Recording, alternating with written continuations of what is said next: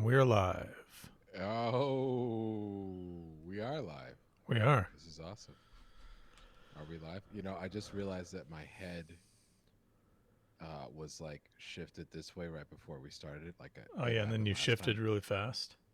Yeah, but then I just shifted my mic and my physical body.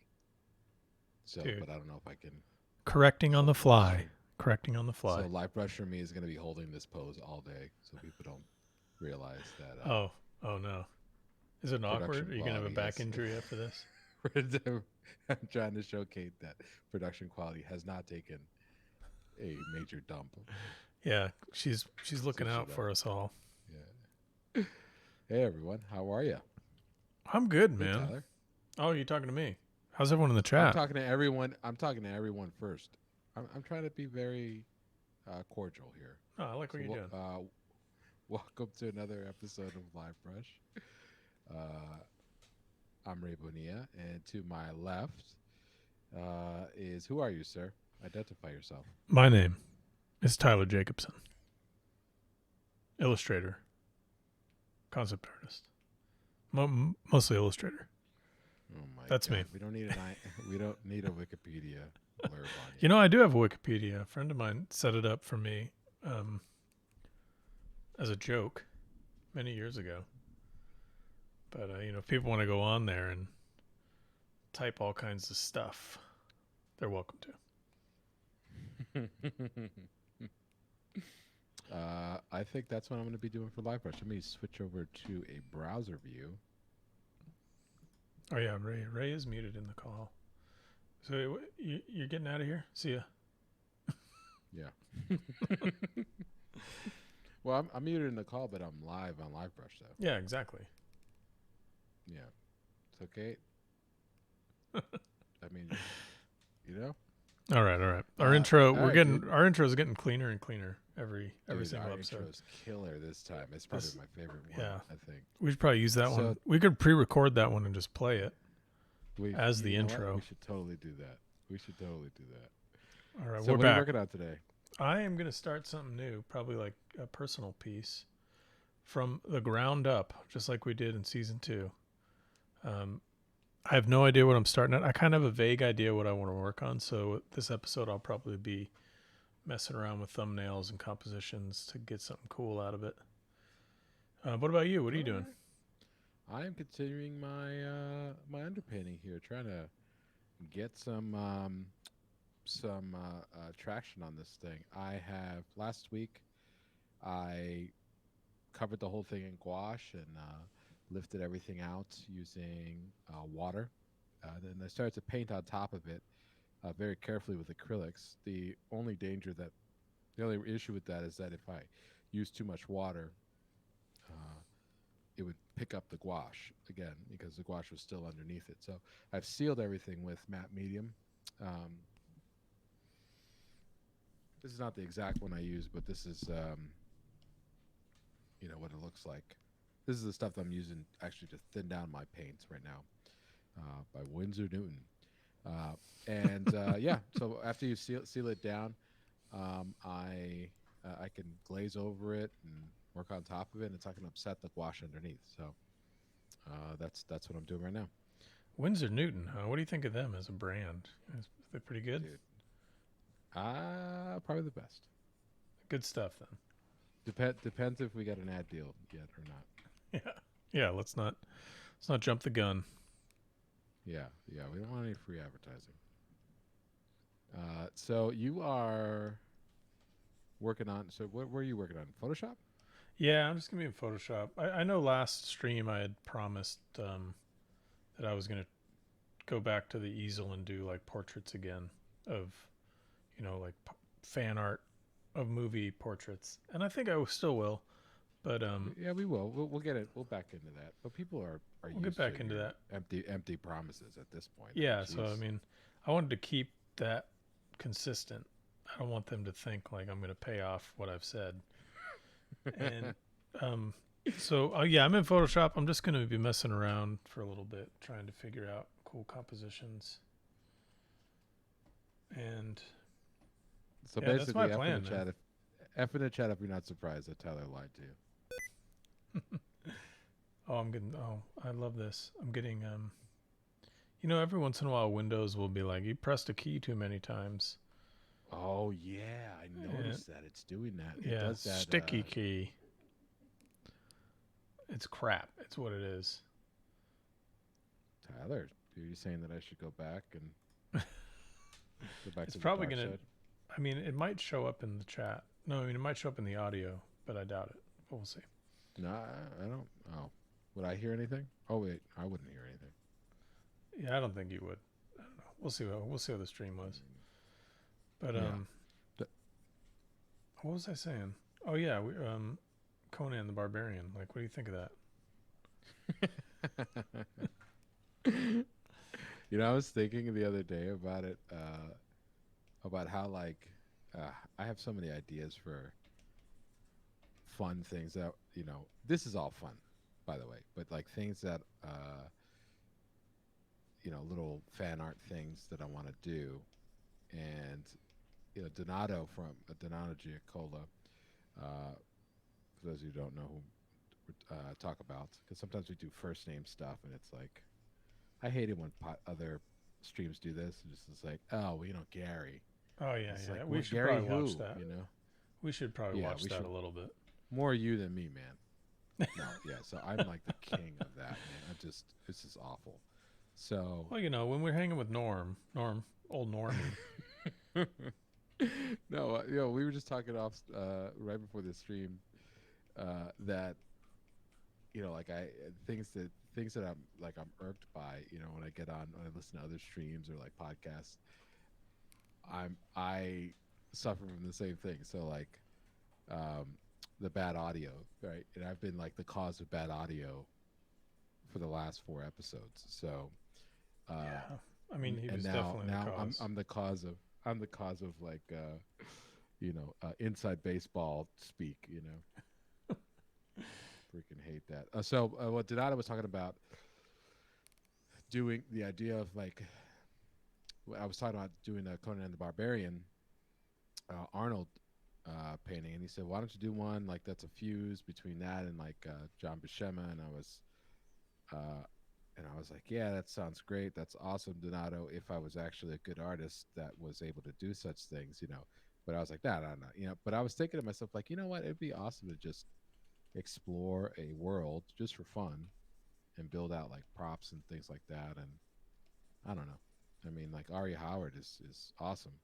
I would love to have time to, if I had time to read a story and then build out kind of like, you know, maybe work on a piece of key art for something like that. Yeah, I've always enjoyed like kind of digging into a universe a little bit more. Yeah. Well, somebody had said, I don't know who it was last stream. I saw it in the chat right as we were signing off. They were talking about, uh, us suggesting or proposing the idea of us working on like a piece of art based off the Dune universe. Oh And yeah, yeah. yeah, yeah, I'm not even sure. I forget who said that, but that'd be pretty fun because it's pretty Yeah. relevant right now. Yeah. So, I was like, yeah, because I'm a huge fan of Dune. I love Dune. I didn't know this. I didn't know this about you. I didn't know you're such a What? big Dune fan. Really? Yeah, I had no idea. Wow, dude, I love. So our good friend Eric Johnson, mutual friend, art director, now, but he went to school with us for illustration. Uh, he had talked to me about Dune forever, and I was like, I didn't read books at the time, and I was like, Still don't. okay, Still whatever, doesn't read books. man. I do read books. Not so. I was like, whatever, and I was like, cool, cool, cool. And then Eric is the type of guy like he wants to talk about something bad enough. What he'll do is he'll end up just buying something for you. So like he bought me Dune copy, and he's like, just read it. Just And read this it's giant novel. yeah. And can you believe? Can you believe? I it sat in my like little book thing, like tote of books. Once I moved back to New York for like a few years. I can believe that. I've And got books that were gifted to me 20 years ago that I haven't read yet. dude, it's so well. One summer, I was, um, you know, I don't know what I had a lot of downtime. I was working on. I didn't go on like a trip, so all my family was like on this other trip, and so uh, I stayed. I was working on a deadline for these like cards that I was working on. I used Oh, to do a it's lot just of like, work for yeah, Fantasy yeah. Flight. Yeah. Fantasy So Flight days. yeah, so I had a lot of downtime, and so I was like, well, let me just, I don't know, I should probably just read a book, instead of like watching Netflix or something. And so I picked up Dune, and boy, that was like I was hooked at that point. And so right after, it took me forever to read the first one because it's pretty dense and getting used to Frank Herbert's writing. It's very detailed, and but it's also just like me getting used to reading books again. It's like Well, and there's your also, kids.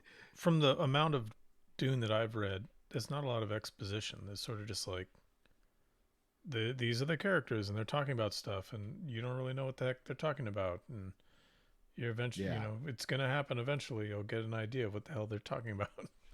right, right. Which is what I think the movie captured that really perfectly. I was like, Oh, ah, perfect. It's like they did the not the perfect amount spoon of it, feed. man.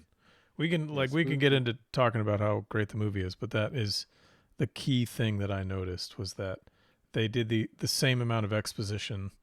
Like, obviously a book is going to have a lot more exposition than a film, but they did like Yeah, the appropriate amount of film exposition that you would need.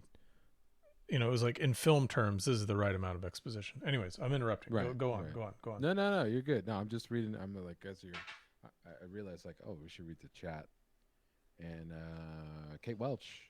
Kate. Well. You let It's a Ray fun fact. talk? Tell your friggin' story, Ray. I don't even know what was I talking about. Dude, I'm out of Dune, it your today. first time Oh reading yeah, Dune. no. So I read. Oh, why am I a super fan? So I took me forever to read the first one. Then the second one, Dune Messiah, I read in like maybe a couple of days. I burned through that. Children of Dune, read God Emperor Dune, and then I ended up right as I was reading Heretics in the middle of Heretics of Dune. I got busy again. So and I've like I had to I restarted Heretics of Dune like 4 times because it is I didn't want to miss all the setup for everything. And yeah, it's great. And so out of my favorites, Heretics of Dune is, I think, I haven't even read the whole thing, and I think it's my favorite. And it's close second, Dune Messiah, because Dune Messiah for me is Godfather 2 to Godfather 1. I Oh, think it's okay. like superior to the first one, and the first one was excellent, but that's just my like, take on things. And I got, not a huge fan of Children of Dune, but it's my opinion, so it's fact. Yeah, you know what? I'm not going to argue with you because I haven't read any of those. Um, What? I mean, I think I've read Dune. I don't know if I've You read you know all of Dune, but I you don't think I've think read Dune. Oh, you know. I know that I haven't read all of it. Yeah. But of the amount that I've read, which I think is all of it, I think I got to the end of Dune. I was inspired for sure, and it's definitely one of like the great sci-fi epics of all time, really. But okay, so this leads into Well, I mean, this so yeah, this leads into what did you feel? How did you feel about Denis Villeneuve Villeneuve? Denis Villeneuve, Denis I don't Villeneuve. really know, but I wanted Yeah, to do it's it. Denis Villeneuve. Okay, Denis He's Villeneuve. Canadian. I think Right, he's he's Canadian. Quebecois, right? Yeah, yeah. So that's why it's all like old school French. Uh, I thought it was incredible, but I thought it was Me too. absolutely incredible. Uh, I mean, there was like one or two things, but I mean, the fact that I No, was lay able it to on get me. Let's Lee be Nip, critical. We got taste. Let's I be can't. I critical. can't even think about like I what it guess I was that guess I. avoid spoilers. Um, Well, it was crazy. The crossover between that and the Star Wars universe was yeah, I unexpected. wasn't expecting that. And there were a lot more werewolves than I thought there were going to be.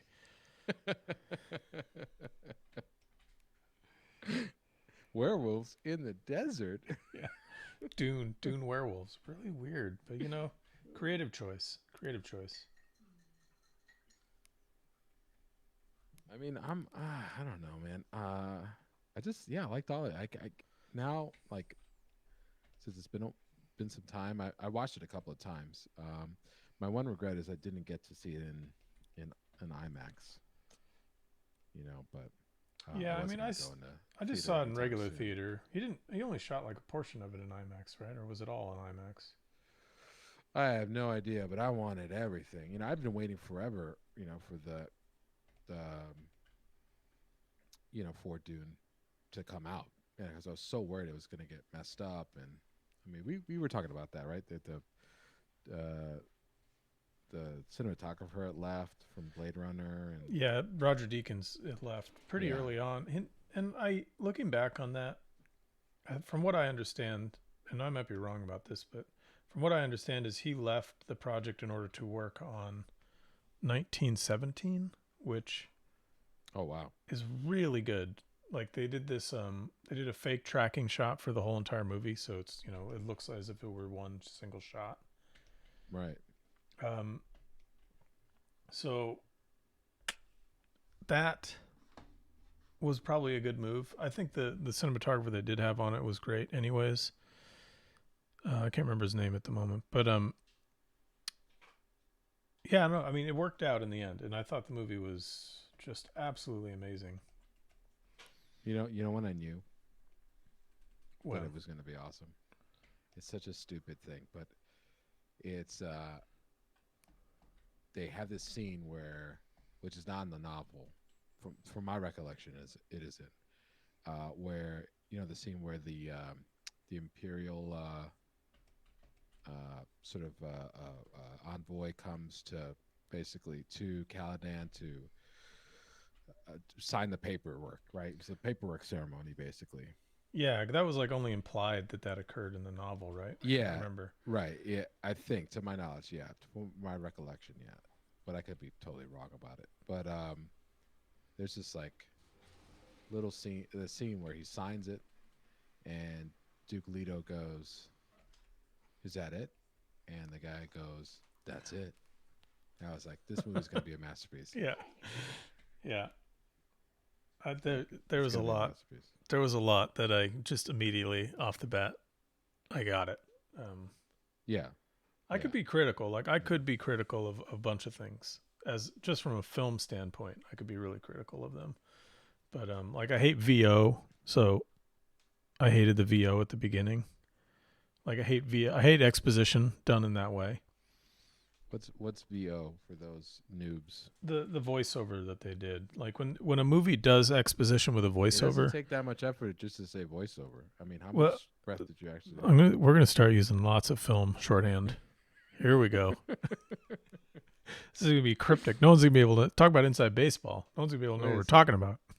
Well, I kind of feel like Kate needs to be on this thing now. Kate. I am muted in the Discord, but I can still hear Tyler in the Discord, so I'll be able She's to back hear in you. the digital space, dude. She's gone. Oh, Remember Lawnmower there Man? you go. She's gone. Can you Oh, imagine she's that, back. She's back. dude? Like Lawnmower Man. Just like she's back, just like in Lawnmower Man. Wait, so we Yeah. have so many questions here. Oh, we do. Oh yeah, I haven't been The paying Moobot, attention. I'm the sorry, the chat. Moobot is shooting It's out just questions. really going Ask one for it. question, anything you want to ask the guys. And now, yeah, Lord Adorable. I'm going Oh, backwards here. Lord Adornable. Yeah. Says Go ahead. But we have real. so many opinions on this Blade Runner issue. But yeah, go ahead. No, I'm just reading Lord Oh, Adorable's message saying, I guess Tyler's not banned from entering Quebec as oh. well. I Yes. was about. They had just written about I don't like the best parts of Blade Runner, and this is a rabbit hole, but I don't like that version of Blade Runner at all. I hate that version of Blade Runner. Oh, the I voiceover like the one. director's cut and the final cut because neither of them have the VO that they put in. And Ray knows this. The probably apocryphal story about that is that Harrison Ford didn't think the doing the VO was a good idea, and No, no one did. so he just and yeah, no one did. It was a studio decision to put the VO in. Really, Scott was very political about it. In the behind the scenes thing. But he was Yeah, like, oh, I he wanted was to make the being movie work. nice. It's like, Yeah. dude, it's like you knew it wasn't necessary. But apparently it's so bad because Harrison Ford also agreed that it was a terrible idea and was just phoning it in. Because it's pretty hammy, and obviously it adds a little bit of pulpiness to it. But for me, it's just the complete wrong mood for Blade Runner. It's the thing you don't want. A bunch of people talking over the movie. You know who loves that? Good question. That Who loves the voiceover Guillermo del Toro. it? You know So what? you're gonna say that he doesn't know what he's talking about? I will because there's. You know what? I'm not even gonna get into this. I don't want to get into this. I kind of like Guillermo del Toro. It's just half a half like Nick DeLuca. I actually do like Shawshank because I think it's really appropriate for Shawshank. Like I think it's inappropriate for Blade Runner and probably for Dune, but it's super appropriate for Shawshank because it's really important to understand the inner dialogue or like the inner monologue of some of those characters. So especially from the point of view of Red, because all the VO is from Red's point of view. Yeah. I think it's super appropriate for Shawshank, but I don't in certain situations, and this is just my taste. I could be, you can love the VO all you want, but I sometimes for certain movies don't want. I want very little exposition. I don't want the plot handed to me. I don't want the story handed my way.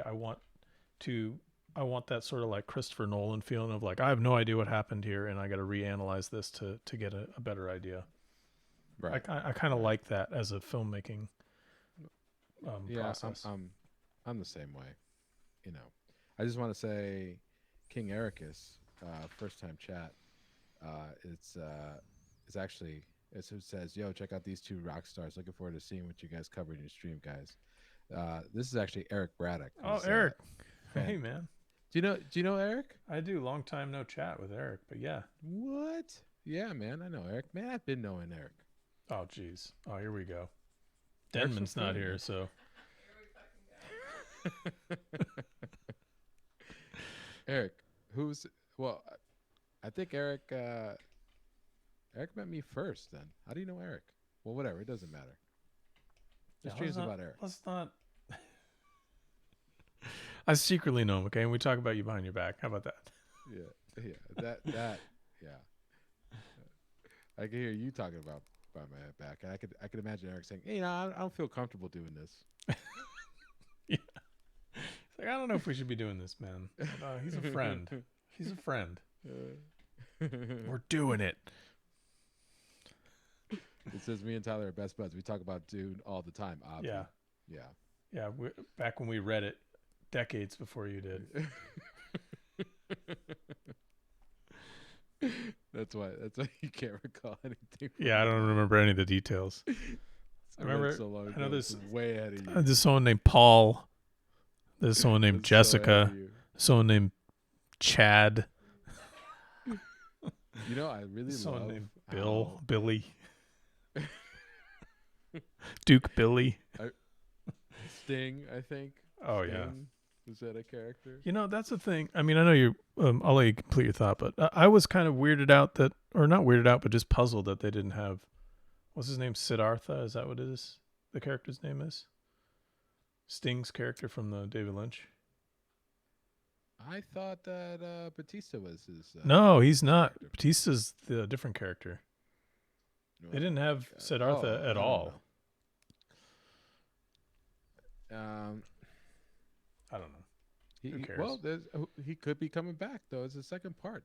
Oh yeah, no. That's. I think there'll be 3 parts ultimately, but the I should hope so I've because the heard that. second part, the first one was like maybe the first two chapters in them. I mean, like it was so beginning days. And I was just yeah.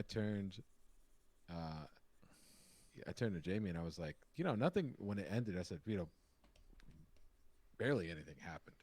Yeah. At Yeah. in the grand scheme of things. I think I turned to Kate when we got out of the theater, and I was like, of every time I've tried to read Dune, where the movie ended is as far as I've ever gotten in the book. Where they go into the desert. So I was like, oh, okay. That's everything that I know. It's like all the same stuff. I don't know what happens after this. Can you imagine if they only read? That's like Ralph Bakshi Lord of the Rings like version. Yeah, You got the Ralph Bakshi Lord of the Rings version of Dune. I know. They should just end it. Denny, just to be That was done. it. They Don't make any walked more. Just be we done. walked into the desert. Then there was a screen wipe. Then Paul Atreides like rode on a horse, and just with the sword If anyone in the just wipe chat the screen. has, this is a very important point that needs to be made here. If anybody in the chat has not seen Ralph Bakshi's The Lord of the Rings, what we're talking about here is 3 hours into this animated film. 3 hours in, we're right about to like have Gandalf. I think it's like Gandalf's about to like ride to Helm's Deep and save the day, Yeah, and he like Gandalf like rides towards the camera and on the horse, and it's like ah, and then the movie just rolls credits, and they never make anything afterwards. There's no more movie. They never made a sequel. That's it. That they end the you know, movie halfway through the story. Tyler, the budget was like $10. Okay, I mean, like the fact that it was even made at all was like Oh no, Kate says that don't watch this movie, and what? she I made her watch it, and she had a mental breakdown about halfway Come through. on, no way, And I'd no explained to her way. that this was my only version of the Lord of the Rings for 20 years of my life. Like that was the Lord of the Rings for me. I don't know. What does the chat think about that assessment here? I know Eric's a huge Lord of the Rings fan, so Well, and actually, like what was it like William Hurt or something was it William Hurt? He was Aragorn, but it was this like really weird sort of nasally high English accent. I am Aragorn. It was just strange. Anyways, yeah, what we were talking about is if Denny Villeneuve just ends oh, that's a Dune, just ends Dune now. It's like it, not make any more. That would be very Ralph Bakshi of him. come on. Don't listen. Then you know what? He would have gone on to some and make something as incredible as Fire and Ice. Is that what you're saying? Did you do that after the Lord of the Rings? Oh my God, Yeah, man. Yeah, the the best. what a follow All up! right, we are off the rails here. So yes, Wait, I what are the rails? the rails, or did I like the movie? And I'm like, yeah, I did. Oh Short yeah, answer. yeah, that's true. Short answer. I Yes. really liked Dune. They did a hell of a good job. Um, and a film that is supposed to be unfilmable, they nailed it. Yeah, and you know And then what though? The Oscars rewarded them by giving nominating Denny for best director. No, no, they didn't. Nope, They nope. didn't at all. Did that? Well, did that didn't win Best Picture or anything like that, right? I don't think they've had Did the it? Oscars yet, but they Oh, nominated it for best picture, but not best director. And then it was like nominated in every other category, but not good enough for best direction, my friends. Not good whatever. enough. Because who cares? Yeah, really. And I'm gonna say, Ultimately, who cares? I'm gonna, yeah. So I mean, King Eric's like Ray really said TLDR, Dune is good. Yeah. Yeah, pretty much. Yeah. Yeah, so wrecked verdicts. They ran out of cash and were way behind, so the studio forced them to release the Backstreet version as it was. It was the whole thing. Yeah, isn't that crazy? Like he ran out of money, and they barely had any money to do it. That's the reason why they had all those like photostat, like Yeah, they did all those weird rotoscoped scenes that. or where they just basically filmed actors, like, Mhm. and they just drew on like they did a high contrast print of it onto acetate. It's a technique he used from when he ran out of money funny enough, on his animated film Wizards. Yeah, they did a ton of it Which near you, the end in Wizards. yeah, you seen Wizards? Yeah, yeah. I've seen all of Ralph Bakshi's movies, dude. I ain't no slouch. What? American Pop? You seen that, Actually, that's the one I haven't seen. dude? That did what? That was way too easy Come on, to I've seen everything to else. call you out as a liar. You seen? Uh, uh, What is this, a you, test? yeah, you've seen Hey Good Looking. Yeah, yeah, totally. I that Yeah, I love it. Love Hey Good Looking. And Baby's Day Out. Man, that was really good when he did that one. the baby's day. Oh my god. Okay, so you obviously seen Cool World then, right? It's the only Yeah. other Backstreet film I could think I've of. seen like Cool World, Lord of the Rings, obviously, Wizards, Fire and Uh Ice. huh. But yeah, I haven't seen the Rock one or whatever.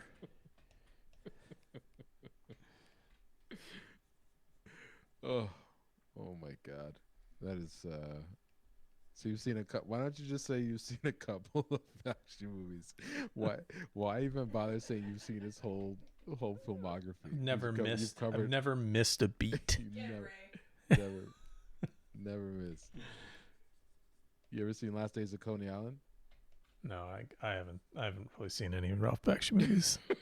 The cat's out of the bag. Oh baby, days out. Oh baby. Yeah, rock and roll, Fritz the Cat. Oh my god. Yeah, what about Fritz the Cat? You ever seen that? Definitely not.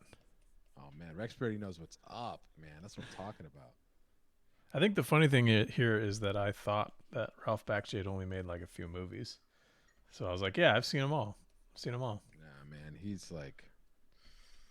punk rock in animation, man. He was the Ramones of animation. Oh man, I was trying to sneak one past. I forgot Ray was an animation history expert. Trying to sneak one past him. Dude, I love Bakshi. I might not like all of the execution in his movies, but man, I respect the hell out of him. Respect the craft. He was independent before it was actually able to you were actually able to be an independent animation studio doing actual movies independently. I mean, Disney was the only people in Warner Brothers, but at that time, they had pretty much dried up. I mean, everyone was old, in Disney, and they were they were not in the business. I mean, their films were tanking animated wise, and they're trying to cut the budgets and Wait, was this Xerox days? 70s. Oh, okay. Like 101 Dalmatians time? It was around that time. So that was when, yeah, that was the first time that they had Xerox their drawings out to animation cells. They didn't do like the ink and cleanup. My animation history is a little foggy since it's a little rusty, but I think that's pretty sure that's I always loved the look what was the first. of that period, the Xerox period.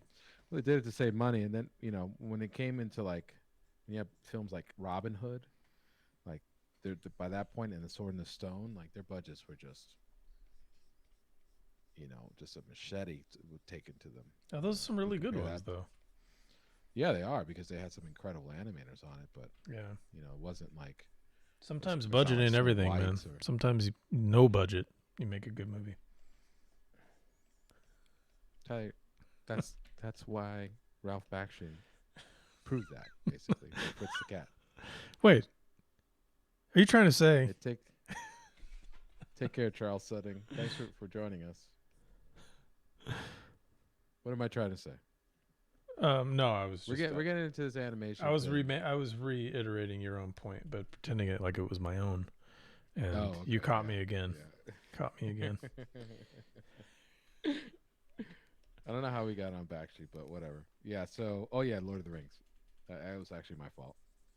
I don't know. I think I brought it up because you were talking about Denny just finishing, and then I Oh, went that's and right. explained the nightmare that is Ralph Bakshi's Lord of the Rings.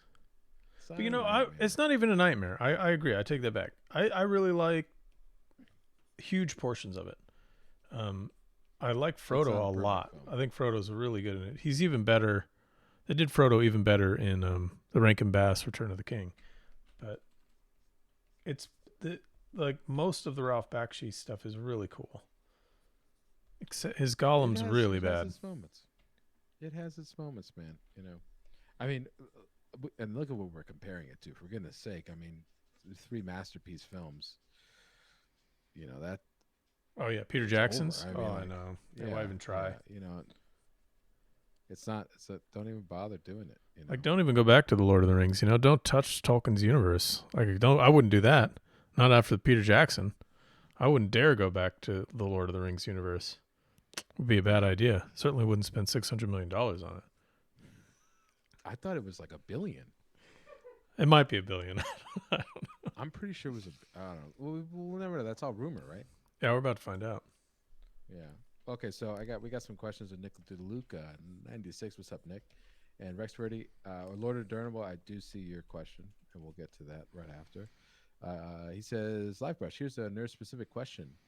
I'm painting a scene with a wizard conjuring a fireball and was wondering that the light around the fire, was wondering that the light around the fire should effect be more of a direct light effect, or should there be some general's lighting of everything around the fire, even the shadows, in order to incompatible to smoke and dust that would be lit up like a light layer in front of the painting around the fire effect? I'm gonna let Tyler take that over Oh, for that answer. oh boy. I think I treat it as basically like a point light. Like if you're going to get reference for it, like treat it as a light bulb. Try not to, because if you're going to treat it like legit firelight, first of all, you want it to be really dim. Don't make it really bright. Firelight from like a fireplace or a torch is incredibly dim light. It barely casts any light. And if you just kind of go out in the woods or something and you're at a campfire, you'll see that. Like it's the people around the campfire are barely being illuminated by any light. So treat it like that. Make it simple.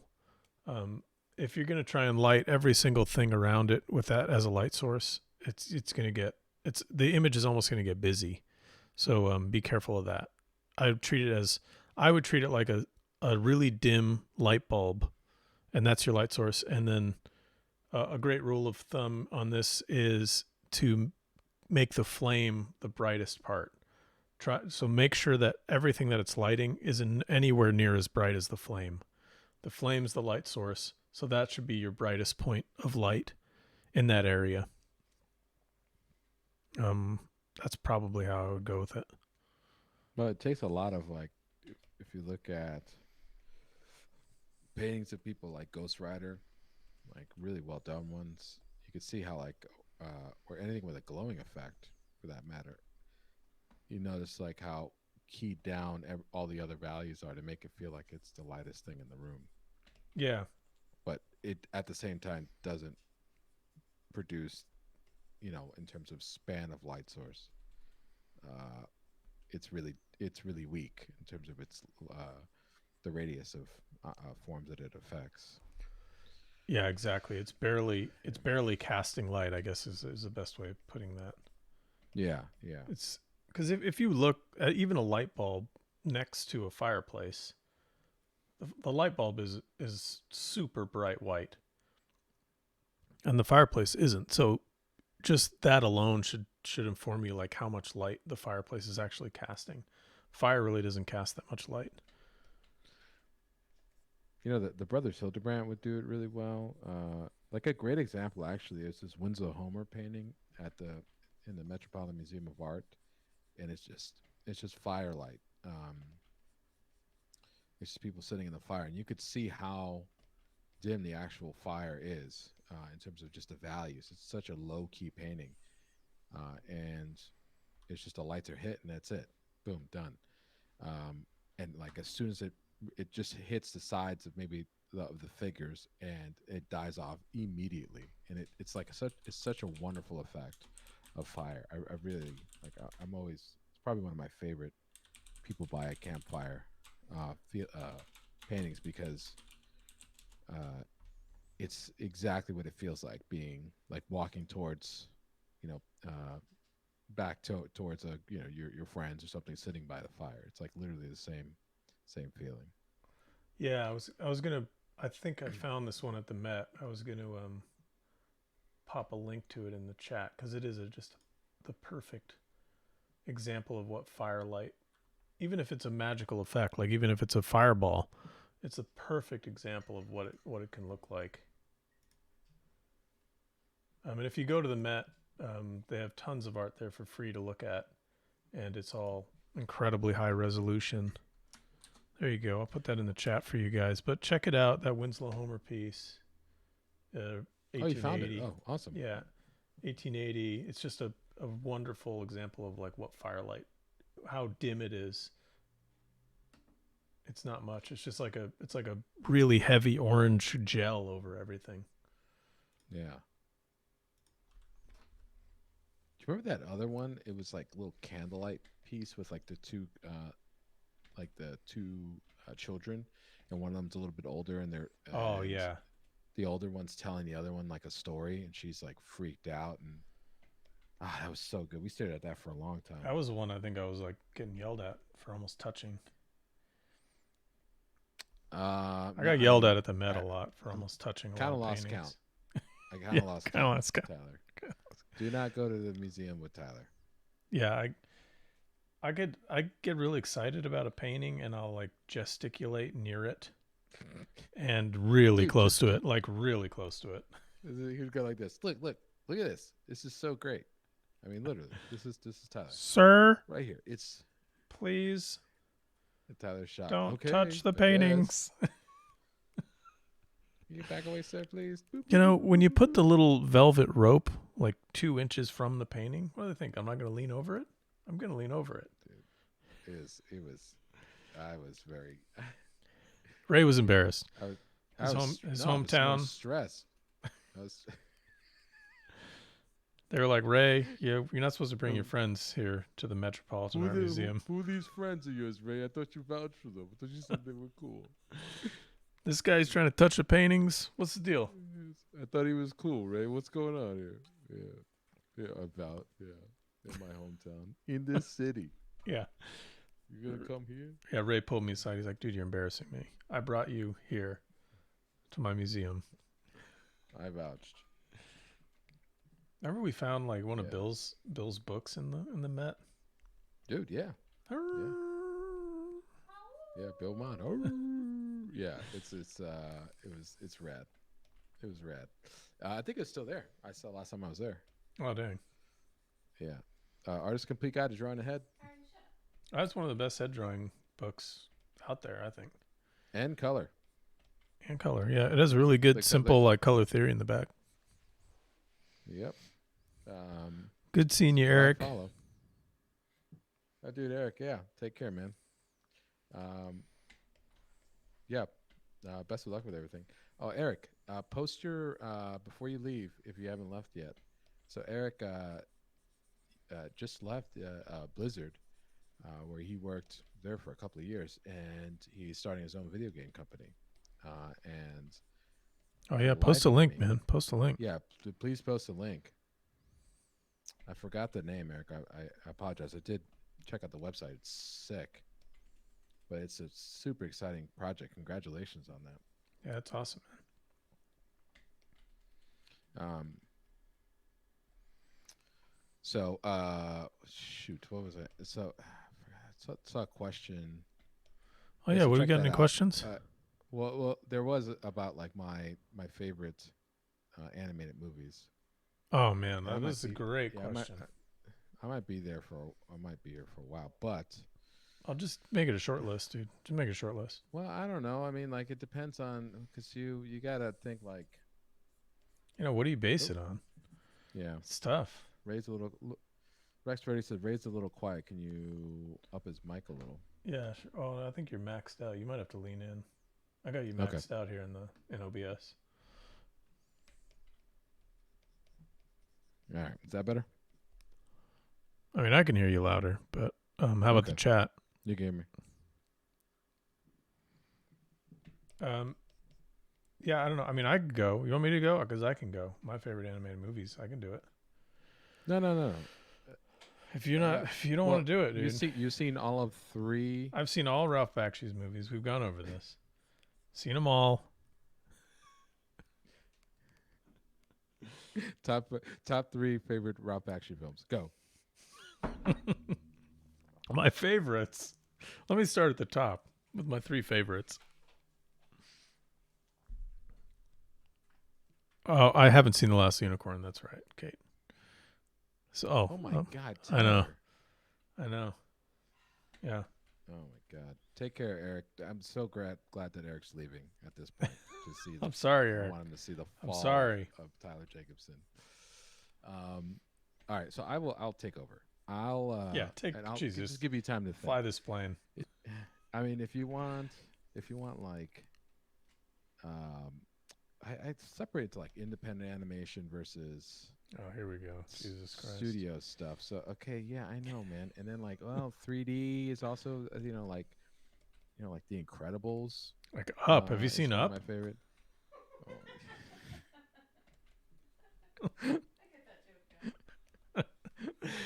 Kate gets it now. it's such an inside joke. I don't want to I don't want Nah, to talk about that, we don't but have it to. is nothing but love, nothing but love. Oh yeah, it's But it's all so it's all funny. loving. Yeah. So crap. I lost my damn train of thought. Okay. All right. So one of my I don't know. I could say some of my favorite hand drawn films. I mean, one of the top of the list, probably not. I don't know if it's the top, but That might be the it's best way up to there. categorize it, man. Is hand drawn. The Yeah, it's I would say the Iron Giant is one of them for sure. Classic. Uh, yeah, Only saw that one I do. recently. What? I wasn't trying to stop you. I was just being truthful here. I'm being truthful Dude, now about what I've seen, you're not killing lying me, about man. Ralph Bakshi movies. I mean, like, and like feature films, because like I love the Max Fleischer, the Fleischer brothers Superman series. You ever seen that stuff From the, the, from the the 20s? 30s or 20s. Yeah, Yeah, yeah, I've seen little yeah, bits of it. I haven't seen all of it, but dude. it's super Yes, you cool. want to talk about? Yeah, that those are like those pre crazy expensive stuff. Incredible. I grew up with that type of stuff. Um, Yeah, raised from the 20s, everybody. there was a bootleg VHS that my grandparents used to get from like the dollar store, and they popped up there, and I would just sit and watch it. Wore that tape out. Um, I mean, films.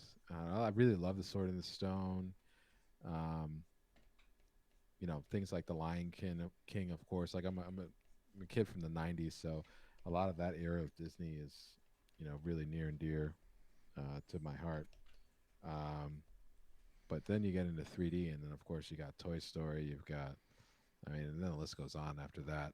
But I love like it all depends on like animators too. Like, oh my god, I don't know, man. Not now. I'm just like spinning off. I mean, I really love. I haven't really sat down and thought about it to be honest with you. I mean, Fantasia is like one of my favorites, Yeah, that's a and classic. it's because it's so beautiful. It's just oh my god. But then Night on Bald Mountain, Bill Tightla, all those. Oh man, it's so good. Um,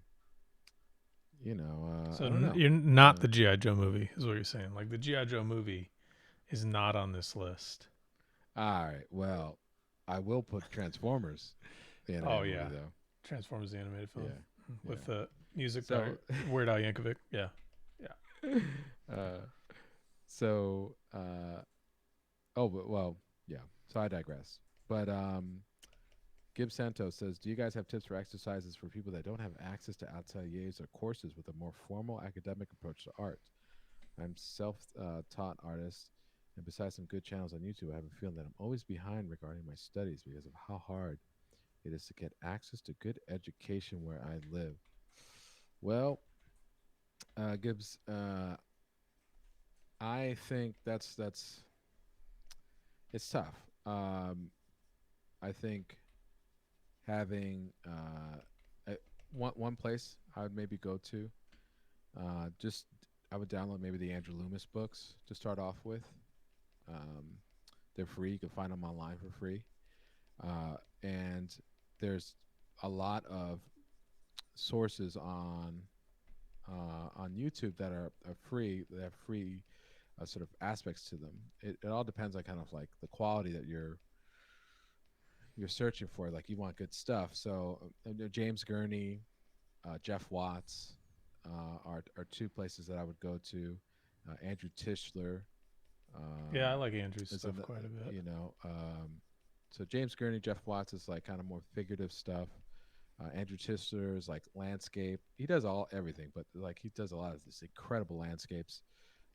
And Mark Carter, Carder, Draw Mix Paint, is a place just for rudimentary fundamentals. And Mark is like a big proponent of like he's got a bunch of paid stuff, but he's got just free tutorials how to build your own easel, how to set up your palette, all that stuff for free.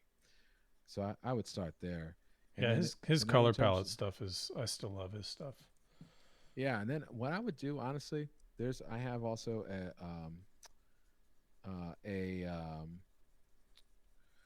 a link that shows up to uh, um, this program called Studio Bridge, which is an online. It's run by Visual Arts Passive, which I think is one of the best online schools for art that you can get.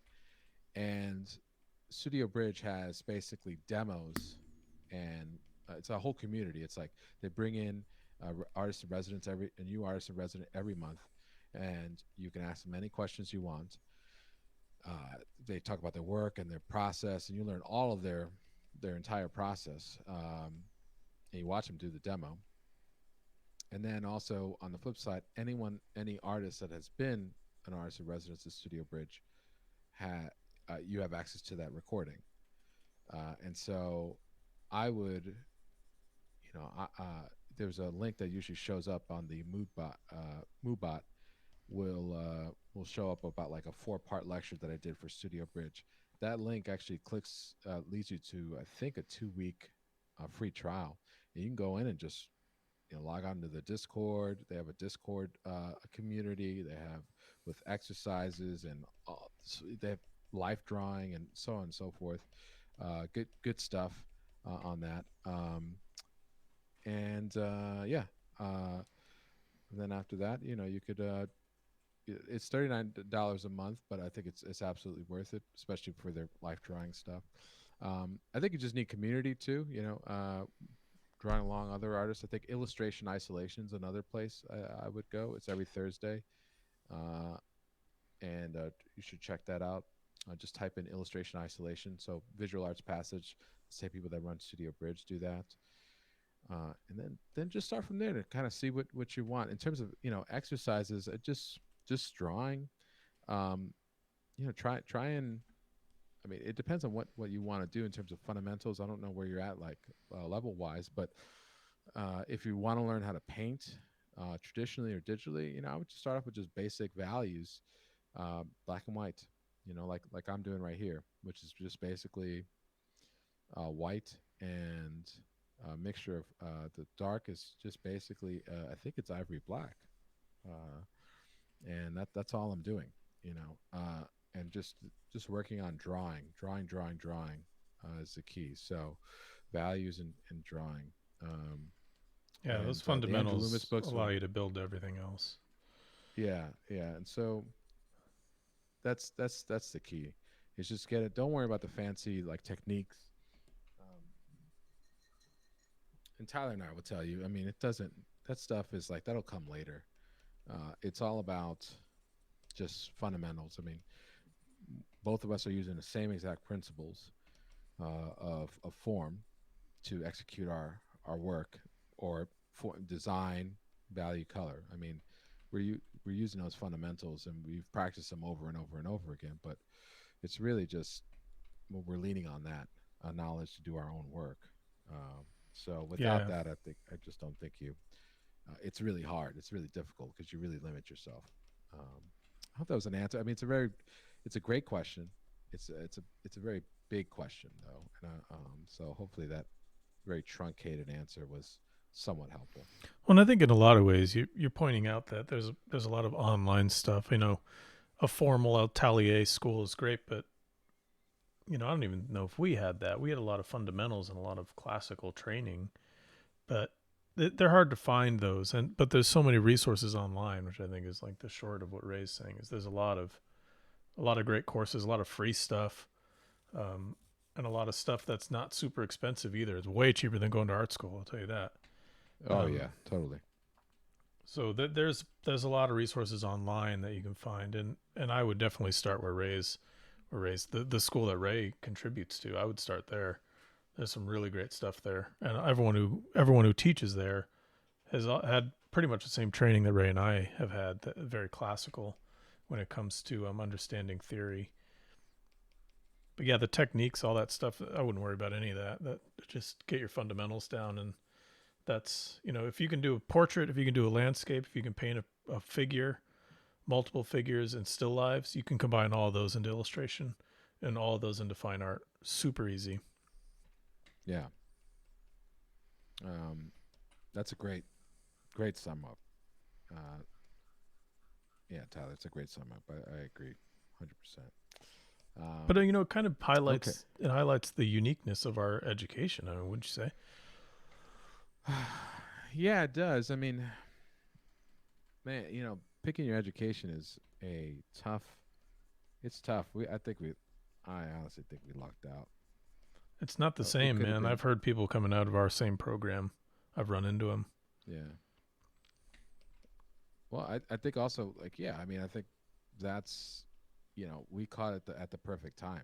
It was like the perfect storm. The people that were in there with us too. Um, so many great. I mean, they've gone on to do some great stuff. Um, I just yeah. To think about who we were in school with is pretty nuts. Yeah, Um, but yeah, and the teachers and the so yeah, I feel really fortunate about that. But it's just so tough.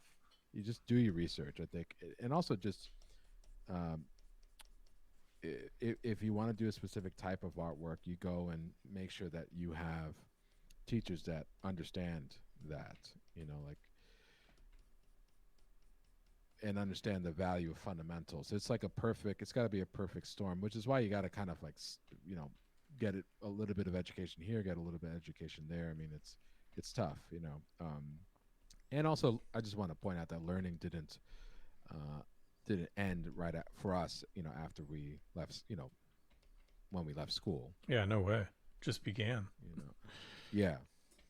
Um, But it's good but what I'm foundation. saying, It's good yeah, foundation. yeah, for sure, for sure. And I think online education, when it's done right, can be really helpful, and especially for people who just geographically can't upend their lives and move. And I think that's but going to the right place, I think, is helpful. And full disclosure, yeah, I do occasionally teach at Visual Arts Passage, and I was an artist in residence at Studio Bridge, but you know, it doesn't. Uh, it's no different. Makes no difference to me. And I would never recommend something if I didn't fully believe in it, and I wouldn't teach there if I didn't fully believe in it. So um, take that for what it's worth. Well, Um, I believe in it. I don't teach there, and I oh God, I totally recommend it. I'm leaving now. I'm leaving today. I'm putting in my resignation.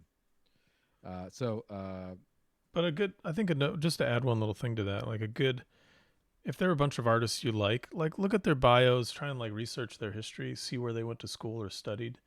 Like that might be helpful in getting you pointing you in the right direction as well. yeah. Um, so Capron actually said, Tyler, Zhao Ming Wu was the right reference at the right time. All that three values work right to left, top to bottom, and warm shadows with cool highlights. All that was most useful. Thanks. So Capron, I'm glad that was really helpful.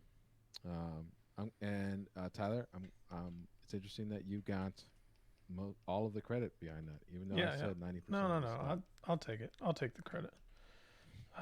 Yeah, I'm glad you checked out Zhao Ming. He's amazing. Um, Dude, yeah, yeah, you know, I love it. So, all right. So Gibbs, just a follow up here, just to give a bit more context for my question. I'm familiar with the lots of materials you guys suggested. I've been studying for a few years. I'm always practicing my fundamentals, as you guys said. But what I find hardest to know what types of exercises I would be doing if I had some types of mentoring or on an atelier or an art school. I would love to work with fantasy art and get my hands on traditional painting. Oh, Almost all wow, of the yeah, art okay. schools available focus only on digital. Well, um, God, I see what you're saying. I think, well, I mean, I'm going to say that, like, I mean, if it were up to me, I mean, this is just my advice. I wouldn't even bother going to the art schools. The traditional ones at first. If you want to just learn specific skills. Um, Jeff Watts is completely traditional. Louis Graciano, Eric Geis, uh, Ben Young, Michael C. Hayes. They're all traditional artists, and they all work in fantasy. Yeah, And they and came they out all of went to Watts that school. Atelier. Yeah. Yeah. And Jeff is a noted fine artist, but he started off in illustration. And his dad is a really well known illustrator, especially in concept art and architectural design. Visual Arts Passage is another place with, it's both traditional and digital, but everyone there can, especially everyone there that works there or teaches there. And I only teach like mini courses from time to time. I mean, they're full time teachers. They're all traditional artists, and so they'll give you like exercises in terms of like dissecting values and building things with limited palettes and things like that. It's tough. It's there are a lot of exercises, but it all depends on. Yeah, I think that's where uh, those sort of programs come into play. But take a look at Jeff's piece, or just go to stop in on illustration isolation as well. I think John English also he's the head of Visual Arts Passage, and he does free portfolio reviews. And John will tell you too in terms of exercises. I mean, I could tell you, like, you know, it goes a long way just doing a simple still life, 3 object still life with just paint brushes, with just simple values, white and ivory black, or white and burnt umber, and just do that. Keep it simple for yourself, you know, um, and just try and get into a life drawing session, or go to like get good reference with good light and shadow. Take a look at illustration isolation. I think they give you they provide you the reference every week, and take a look at that. Um, Yeah, and and I sometimes it's fine to just jump in and try and do a whole piece, learn through the yeah. process. So yeah, I yeah. Hopefully that's helpful. Hey, there it is. There's the MooBot. Uh, all right. We got a question here. Kid World Fun. I've heard you guys talk about limited palettes before. Why do you think it's important? Oh wow, that's a great question. Great question. I like it because of color harmony. Color harmony is actually can be really hard to sort out. But I don't know if that audio is coming up. But color harmony can be a challenge, just color theory wise. But if you have a limited palette, it kind of, in a lot of ways, will do it for its. Will just do it. Like it'll allow you to achieve a limited color harmony, like a color harmony palette, because your colors are limited. I think that's at least number one for me as to why I like it. And number two is it kind of is a great way of like getting baby steps for mixing paint. If you only have three colors that represent 3 points on the color wheel, it lets you figure out how to start mixing colors. And then as you start to figure out three, you can kind of add another one, and then you figure out that, and then you can add another one, and your palette can get bigger, and you can still control it a little bit better. What do you think, Ray? Yeah, I think that's exactly what it is. The biggest problem with color is that in painting, one of the biggest hurdles is going from value to color, and that's one of the reasons why limited palettes are usually suggested, especially very simplified ones it's like a Zorn palette, which is a very limited earth tone based palette. Many people do variations on the Zorn palette. The one that we had in school, there was variations on that, but you could start off with like yellow ochre, cad red light, and black, and then it's very uh, low in intensity, with the exception of cad red light. It's a really intense color. It's probably the only one that you have. So that's the only high chroma or high saturation color you have to deal with, and so that limits your issues that could probably possibly arise, and it still forces you. It's low in sort of intensity, so it really makes it about the values, and then you could just work with just values and temperatures, and beautiful things. And if you look up Anders Zorn, he did a lot of paintings like that. But it was yellow ochre, I think, vermilion, I think, and ivory black. Um, and you know, if you just look at Zorn, uh, Yeah, or just Google Zorn you'll see that. palette. You'll get it. Most people will do it Yeah, with CAD red now, but same thing, right? yeah. It's I fairly mean, similar. yeah, it gets the idea across.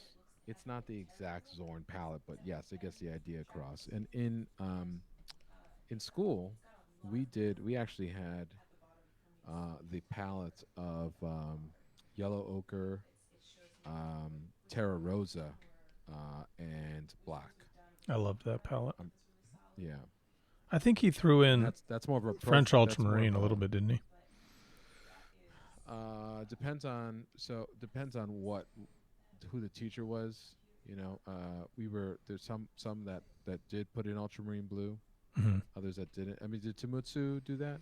Tamutsu did, but that was just so that you could do a. He didn't have black, so it was Tamutsu was Terra Rosa, yellow ochre, French ultramarine, burnt umber, and then white, And burn number, right? so that Right, you could make a chromatic black because he didn't like to use right, black out of the tube. right. I think that's what the yeah that's what Craig would do. Yeah, that's it. Um, I think that's what they all did. So you're right. Yeah, it was a chromatic black. Um, I just like a and chromatic that black, but it's up to it's up to you out there if you like a chromatic black or not. But the Zorn one works just as good as that one. totally, totally. Yeah, I like chromatic black better because you can vary it. You can have a warmer black, you can have a cooler black, depending on how much burn umber. How you tweak the amount of burn umber versus ultramarine blue ratio, and um, it also dries faster. Ivory black is a pretty slow dryer. Yeah, the burnt You umber can is so fast, it's crazy. Oh, it's super fast, super fast. What are our That's so thoughts great for on? quick paintings. We got a Stone C comes in. Stone Hey, C. Stone, how are you? We got a. What's your thoughts on ultramarine burnt sienna and white? That's great. I think you would want probably one more in there. Well, the You reason could. why That could work. ultramarine burnt sienna, it's actually one of those. Uh, it's a type of limited palette that certain artists have actually come across with, and basically all it is it further simplifies it. So it's literally white, a warm, and a cool, Yeah, yeah. That's great. uh, and that's it. And burnt sienna, you can actually in white with burnt sienna and white alone, you can get almost like a flesh color, but it has a really wonderful warmth to it. So you can do like two tone, just warm, cool paintings, just like that, with I'm those a two colors, and you get a lot of variation out of it. I'm a big fan of that actually. Like digitally, I will do something similar to that. I'll paint an image. I could probably do it on one of these, but I kind of like them black and white. But I'll use the photo filters and It's basically burnt sienna for the first warm one, and then there's three different blues, but one of them's basically French ultramarine, and I'll just use those to subtly brush in warms and cools. And if you just use those two, you can get like what looks like a fully colored image with just warms and cools. It's really Oh yeah, amazing. yeah, totally. And that's exactly what Stone, I think, is getting at. So actually, if Gibbs is still around, Stone actually, if it's the same Stone that I'm thinking of, might be the might have enrolled in also in visual arts passage, and so, but also Stone, if it's the same Stone I'm thinking about, participates in illustration isolation as well. So you should ask them any questions that you might have on Hmm. that. So Jacob Sweet says, "Do either Hey Jacob, do either of you touch zinc white?" I've never Um, used it to be honest. But I was always put off by it early on in school. it's actually not bad. It's a wonderful mixing white. It's been kind of shunned because they found out that it dries. It doesn't when it's drying. It doesn't have the same sort of has a more of a brittle um, coat. Basically, Oh, it's so more it's like brittle prone than to titanium cracking. white. Okay. Yeah, it prone to cracking, and so everyone's like, no, no, no, no, zinc bad.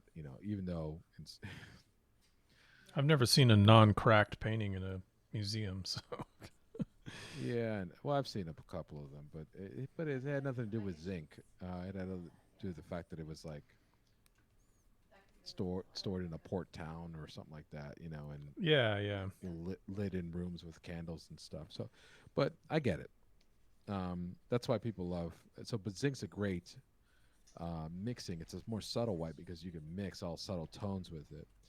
It's basically all of this came about, I think, because people were trying to get away from flake white or lead white, which I think is probably the best out of the whites in terms of versatility. Um, I don't use lead white myself. I did in school, and it was great. I just didn't want to get. I, I don't know. I just it's didn't kind need of dangerous. Yeah, the lead in my studio or be around it. So even though like lead's not toxic unless you ingest it, I just or I touch wear it. You don't want gloves. to touch it too Yeah, much. yeah. So I was good. I didn't need it. And so titanium white, which is a lot more opaque, is what I use. But it's a stronger, can be a really strong. It's opaque, so it really influences a mixture quite a bit. So that's why back in the day, people, I don't know, they still do it. It was really common for people to offer and also people to mix a little half titanium, half zinc white. So you have the best of both worlds. So you get as close as possible to a flake white without having um, the lead. Hmm. But I digress. So that's where we're at. So long story short, zinc's not bad. You know, um, yeah. So just yeah, don't do anything crazy with it. Like everything, it's just gonna crack if are painting it in a way that will cause incompatibility later on. But yeah. Uh, so Kid World Fun said, "What about digital mixing?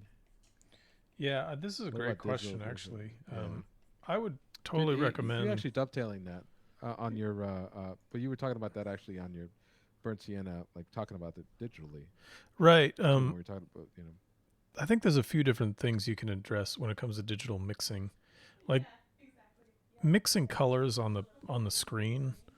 Don't It doesn't really do a good job of like simulating how colors actually mix because it's not using pigments; it's using light. So what I dude, I like to, hate that. I hate that thing. That remember Corel Painter had that. yeah, the mixer palette. Yeah, and it just never worked. Yeah, because colors don't blend the same way. It doesn't even if you're doing a gradient in Photoshop and you're using like the truest sample of what you think French ultramarine is on the color wheel and what you think like yellow ochre is on the color wheel, and you're trying to get as close as possible. It's digitally mixing them. It's not like you're mixing the pigments, and when you're mixing the physical pigments, it's different. So what I like to do is I use a couple different sliders in the color section. I like to use the HSB slider, so that way I can mix gray into my color with the middle slider, which is saturation. So like if you're thinking on the color wheel, like if I have red and I want to mix green into it, well, all I do is just push it towards gray. That's mixing green into it, is pushing it towards gray. So I operate on that, and then you have the black and white slider at the bottom, which allows you to push black and white paint into it, right? So you're getting an approximation. It's not always going to be accurate. Another fun one to actually mess with, which I think is even more accurate. Its whites are way more accurate. Is lab slider. So if you go into that little pull down on your in Photoshop, you can see the different. If you're in color on the color palette, the little top corner, you can see all the different sliders. But the lab slider actually is great for like really like true black to white saturations. I think it's a lot stronger, and then you can lean it into different warms, and it has a little more like a CMYK feel to it. So you can pump a little more like magenta into things, or a little more blue into things. It's a different. I don't know. Photoshop's thinking differently when it's using the lab sliders, but try those out. I think those are all a lot better than the basic hue cube that comes with Photoshop. And the RGB slider is just, I don't know. I tend to avoid that one entirely because it's pretty complicated. So HSB slider and lab slider are great for color mixing. Hopefully that answers your question.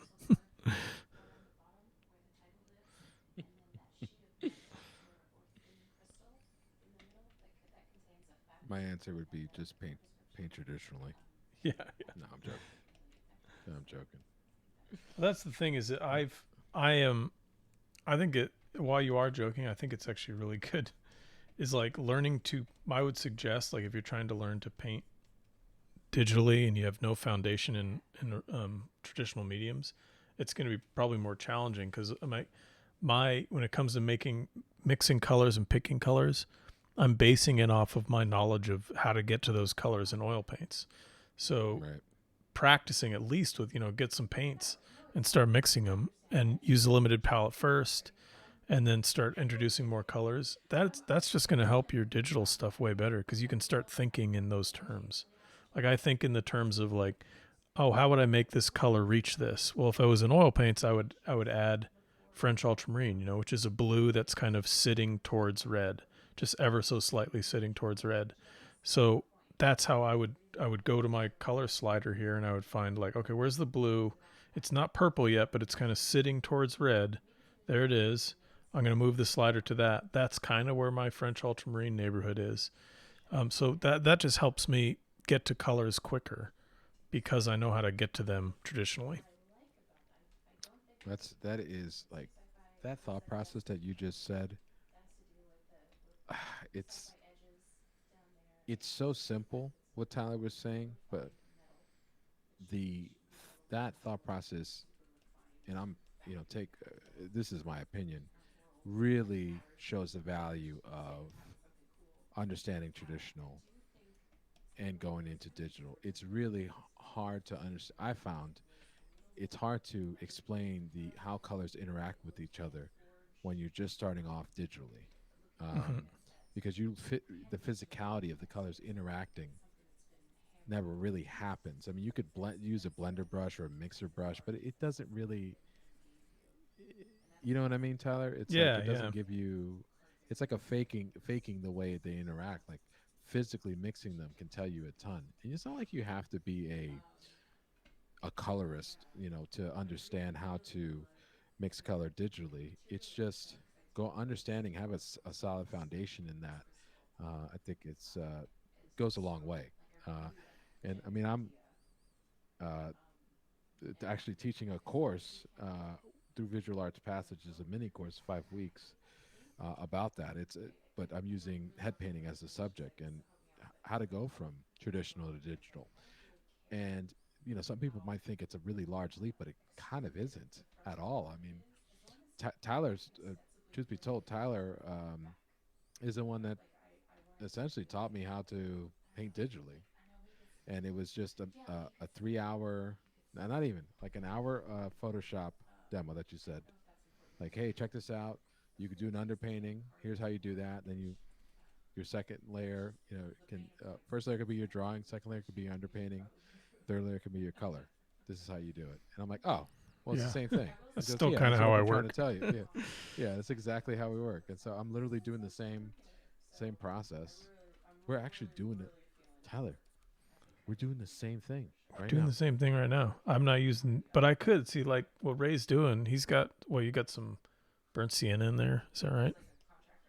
That's true. It's burn umber thinned down. Oh, Yeah, burnt yeah. umber. Okay. Yeah, That's but I can, yeah, so I yeah. could photo filter my thing. I don't know if you can see it in the stream now, but, and Oh yeah, I totally. can get, I could see it right I there. can get kind of close. Let me change these. Let me find the warm that I'm looking at the stream, trying to Oh, find the dude, don't warm copy that's me. like, hold on, I'm going to copy you. Give me a sec. I'm trying to find the warm that's kind of like close to your. He's like covering it up. Anyways, if I kept fooling around, I could get close. But as you can see right there, me trying to digitally match Ray's physical, it's just because the mechanics of light. Like this on my eyes, this screen is shining light into my eyes, and Ray is looking at something that's reflecting light into his eyes. So it's completely different mechanic. Yeah, and that's the thing about it's just it's opening up a whole can of worms, and it's something that we talk about all the time. Though you, they're really, I think that understanding of traditional, just fundamentals, like having that one-to-one interaction with your hands, I think really goes a long way. Understanding how your just physical tools work. I'm trying to like condense my thoughts behind it, and it's really coming off as really incomplete. But we talk about this stuff all the time. It's like if you have issues, digital is not going to save you. You could fake things, but everyone, your weaknesses still will come through. So if you're bad at proportions, um, or you know, don't have good value, fundamentals, then that's going to traditionally, it's going to show up digitally. You can try and fake it, but it's always going to come through. And I've seen this time and time again in students work, and it because it has nothing to do with the medium. It has everything to do with the hand that's controlling that medium, and the mind behind it. And that's where developing it. You have to kind of strip away all of the stuff. Uh, uh, Simplify your medium down to something like as simple as charcoal on cheap newsprint. And if you do that, you'll learn, like, okay, you've gotten rid of all of the distractions and can really focus on the main problems at hand.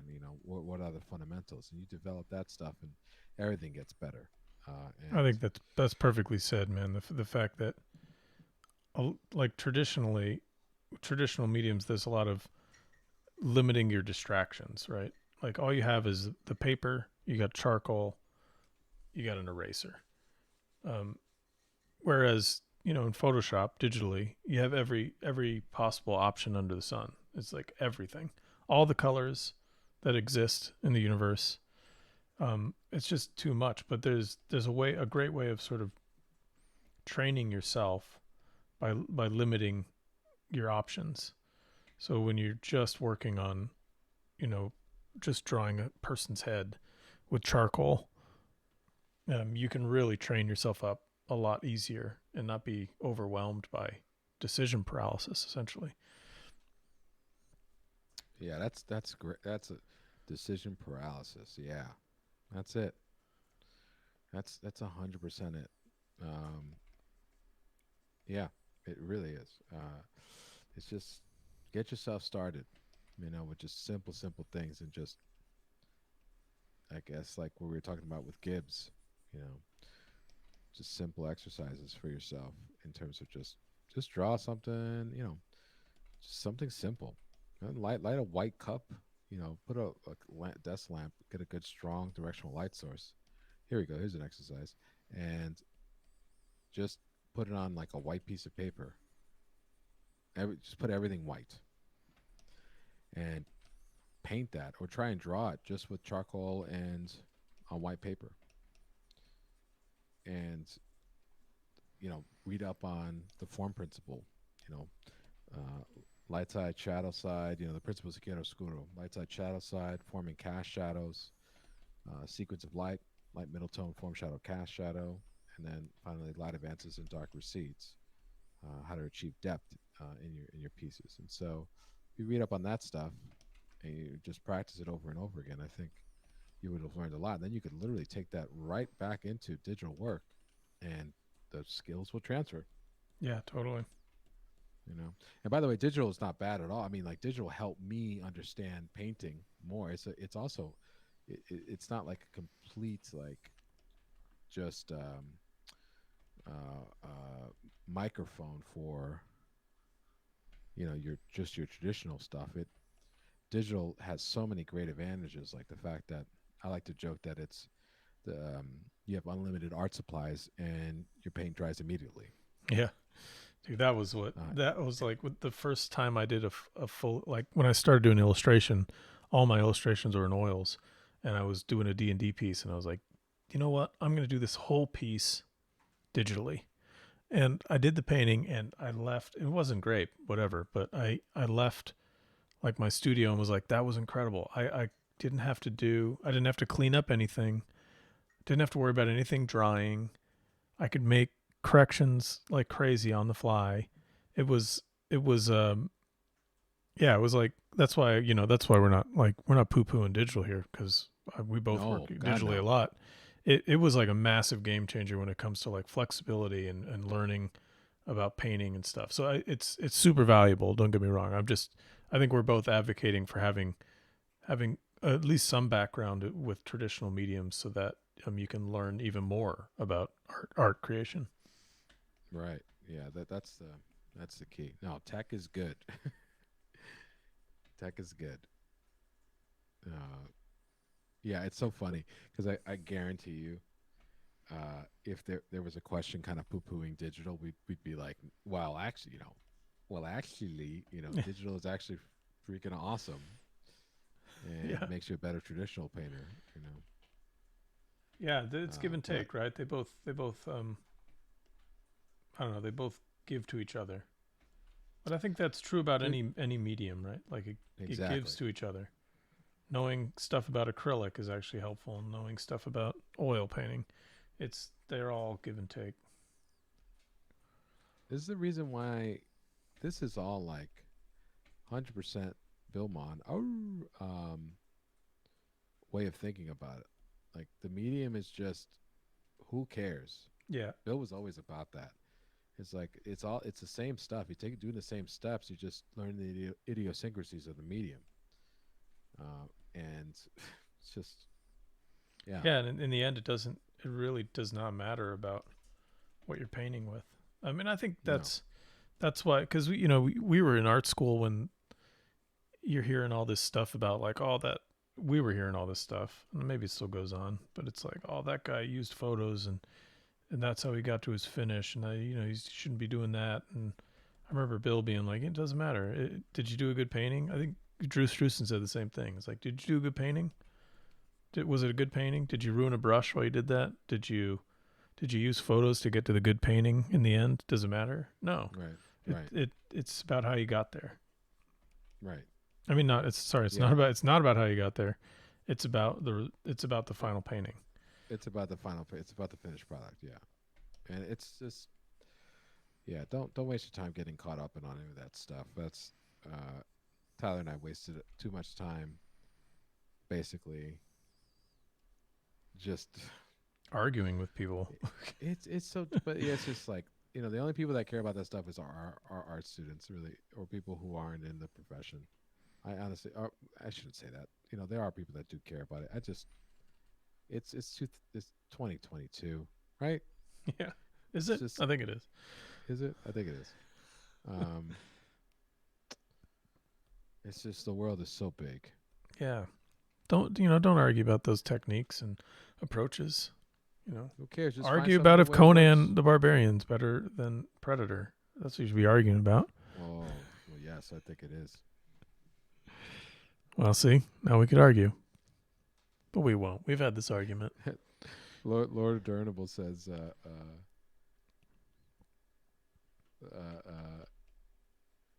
the teach is tech is evil and scary, especially the dreaded air conditioner. Lovecraft taught me that. Love it. And Kid World Fun with the flame war here. Does the this Livebrush does a Livebrush season last as long as I think he said lying, but as long as Ray takes to paint. Um, Oh man, whew! yeah, Catch a shade I over know, here right? in the chat. Watch Yeah, out. catch a shade. That's what it is. Yeah, F in the chat with the shade. Well, Kid World Fun. This is actually my second painting, I will Yeah. say. So, which I forgot. Oh my god, I forgot. You know what? I'm gonna post on the Instagram. Follow us on Instagram.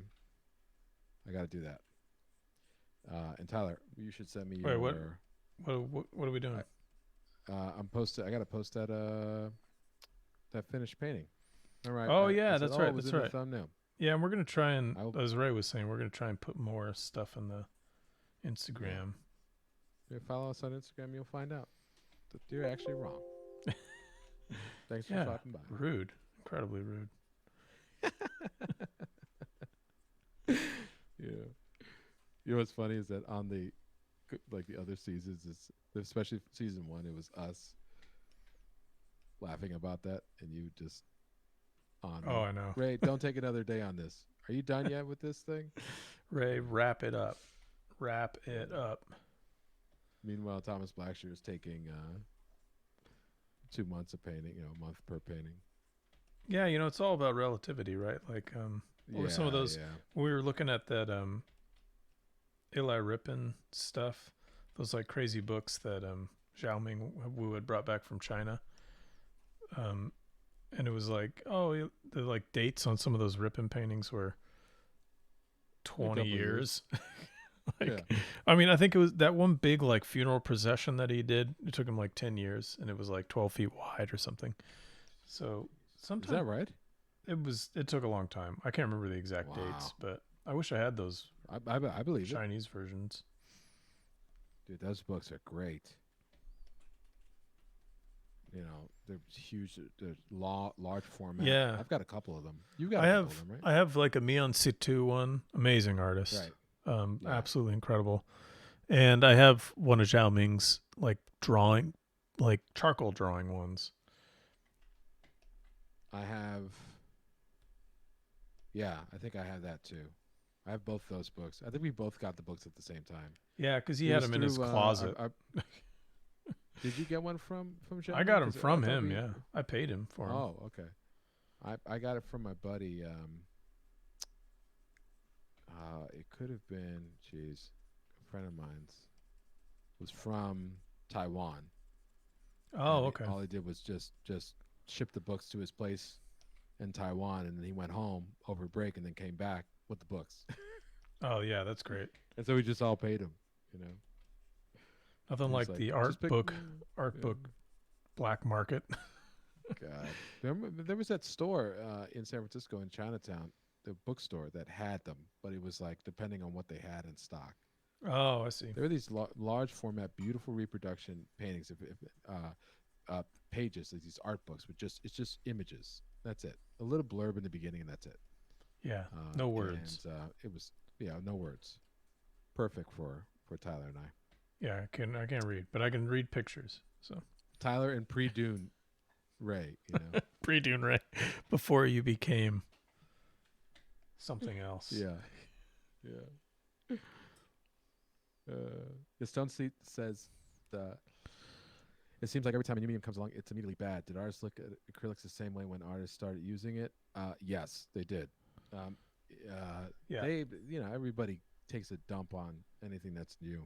I mean, Michelangelo was famous for saying that he didn't like oils because it was too easy. It wasn't real painting because it was too easy to make corrections. Yeah, and it was like, I mean, it was a kind of a new pigment or new process at the time, right? Yeah, and it was like, oh no, yeah, but like he was used to fresco painting, where like Mm-hmm. you if you made a mistake, you had to just destroy the painting Yeah. and put the wet plaster on and paint while it was still wet. I mean, it's like insane. I'm not doing that, Tyler. No, I'm glad that we've created more forgiving techniques over the years. Yeah. So acrylics were yes, yeah. It's Increasingly just more forgiving techniques. yeah, seriously, right? Um. So yeah, I mean, there are people that waste their time on that type of stuff. So it's like Michelangelo didn't even like oil paints. So Yeah, I think this I whenever don't we would have understand the purists. whenever Go we ahead. would have these discussions, with this exact thing would come up. It's like, yeah, when oil paints came out, people didn't like them, and now it's like if you don't paint in oil paints, you're not a painter. You know, so it's Yeah, it's nonsense. all relative nonsense.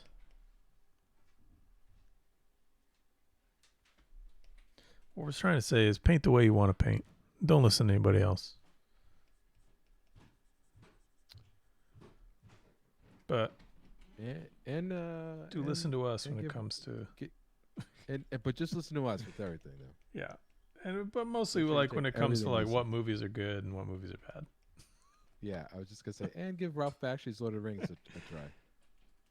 I would totally recommend it. I think even though you might be horrified, I think it's good to see where things came from.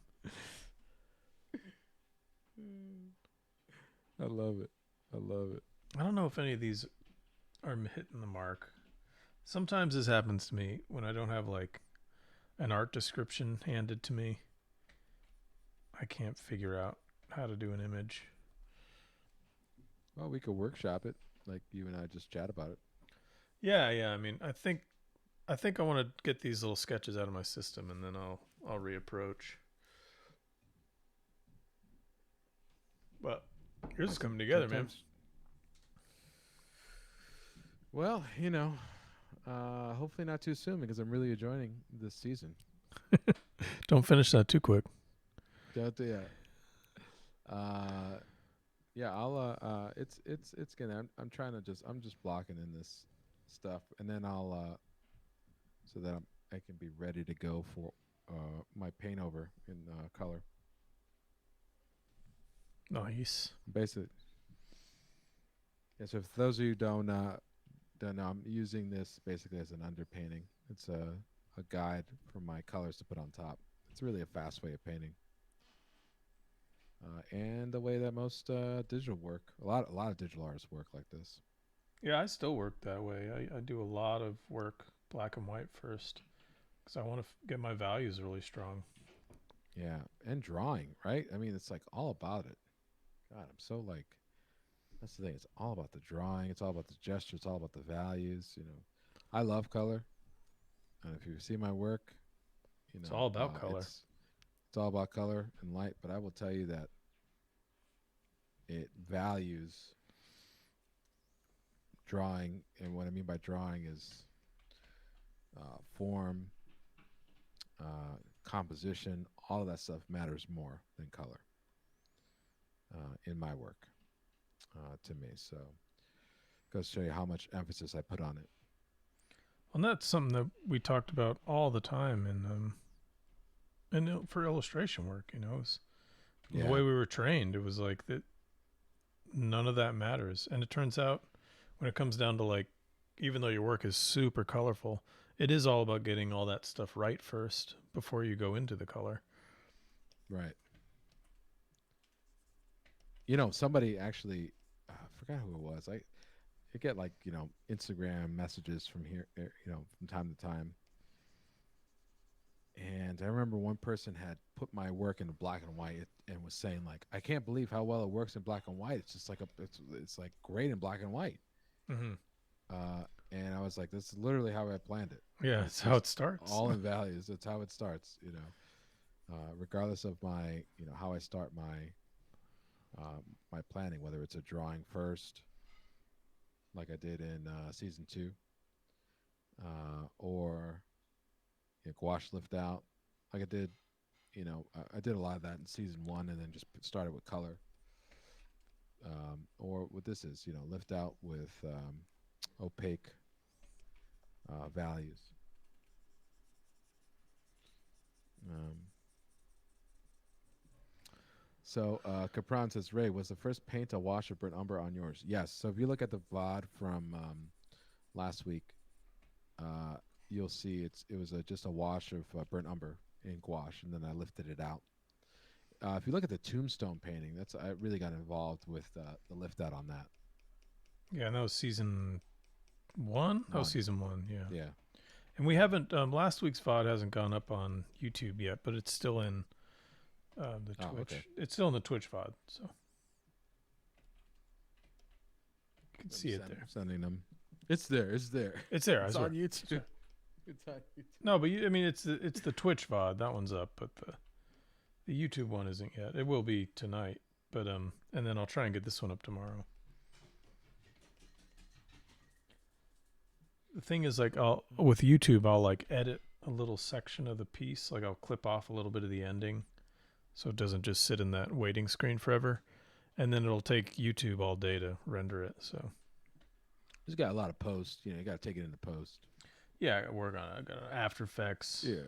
Do some ADR. Yeah. All that stuff. Lord of the Rings, American Pop. All of it. What do we got?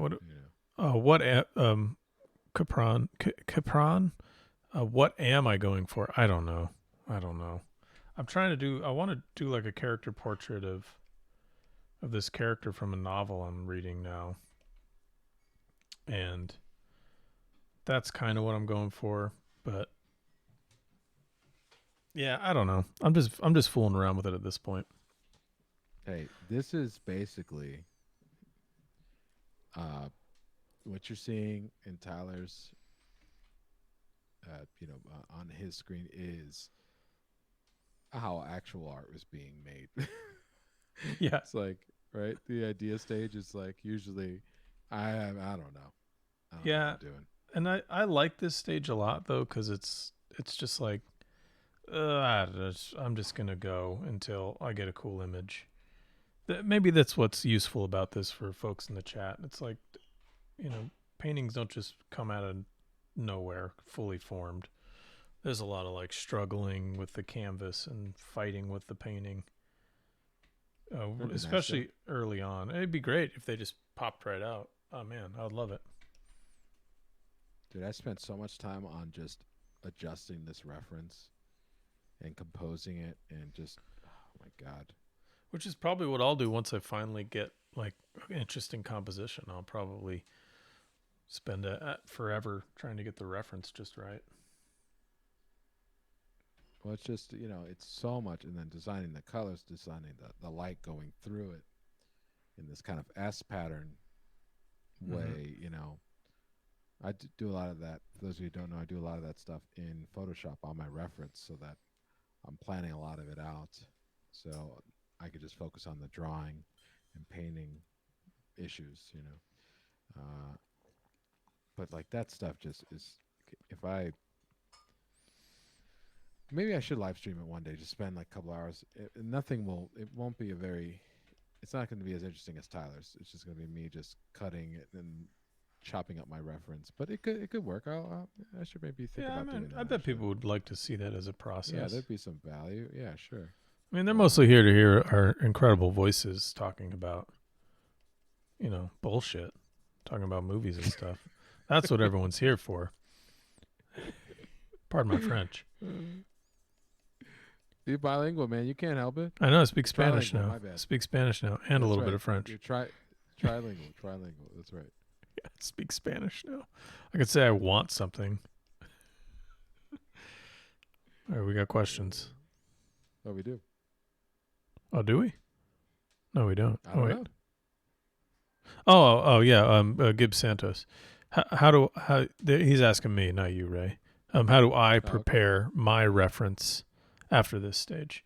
Actually, after this stage, I'm probably going to do a little more.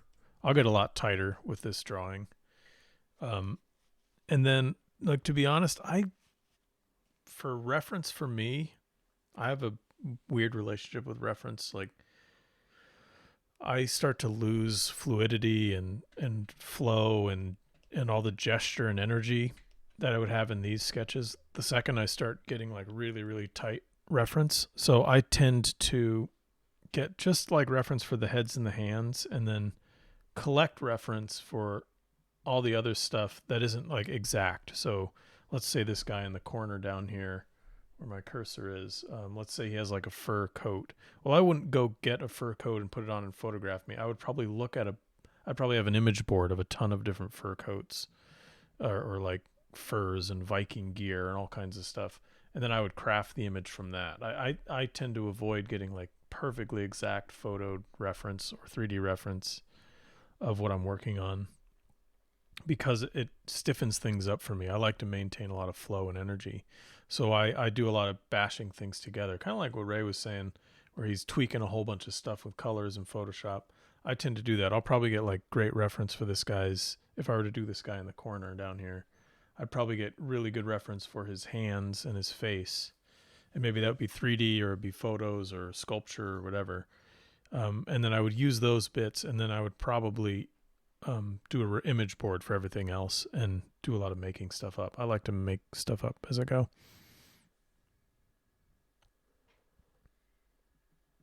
We got another question for me. When working on, from Lord Adornable, when working on a character design, how do you,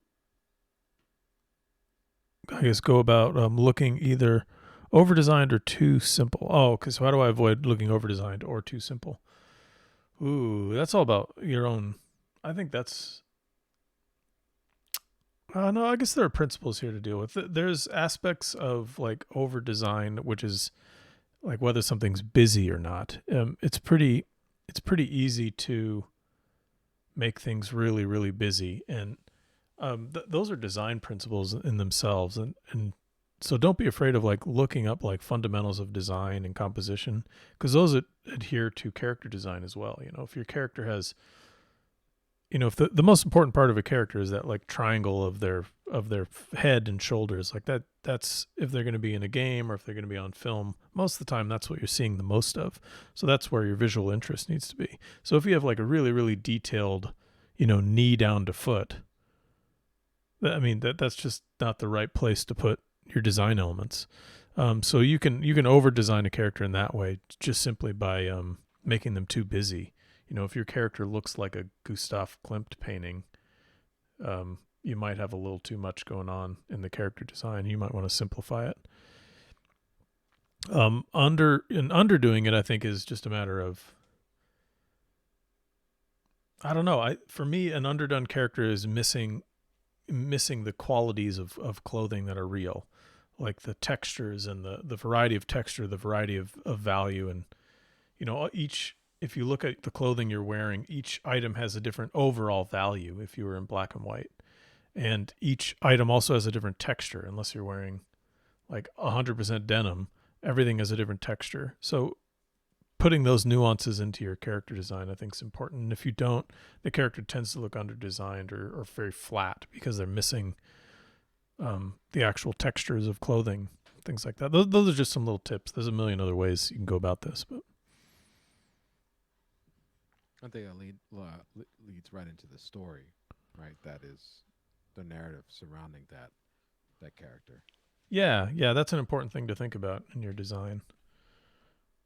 What are you trying to say with the character?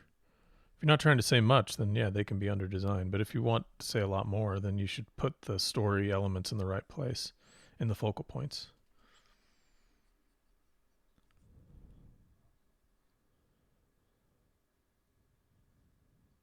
There's so much to think about. Monkey House, plenty of examples out there where the shoulder pads are too big. Yeah. Yes. There are plenty of examples. Yeah, to think about when it comes to like art making. Oh yeah. Yeah, yeah. God, there's so much. And then on top of that, you gotta pay your bills and do your jobs on time and invoice people and keep track of your expenses. Being an illustrator or a gallery artist is like an exercise in multitasking. That's for sure. I totally forgot to invoice a gig that I just finished up. Oh, you better, man. Always invoice. I know. Yeah, always. Always do Oh, it. I thought Every time you I finish a was going job. on the advice. I was going on the advice that you sometimes do it, maybe 3/4 of the time. Always do it. All right. What else we got in the chat here?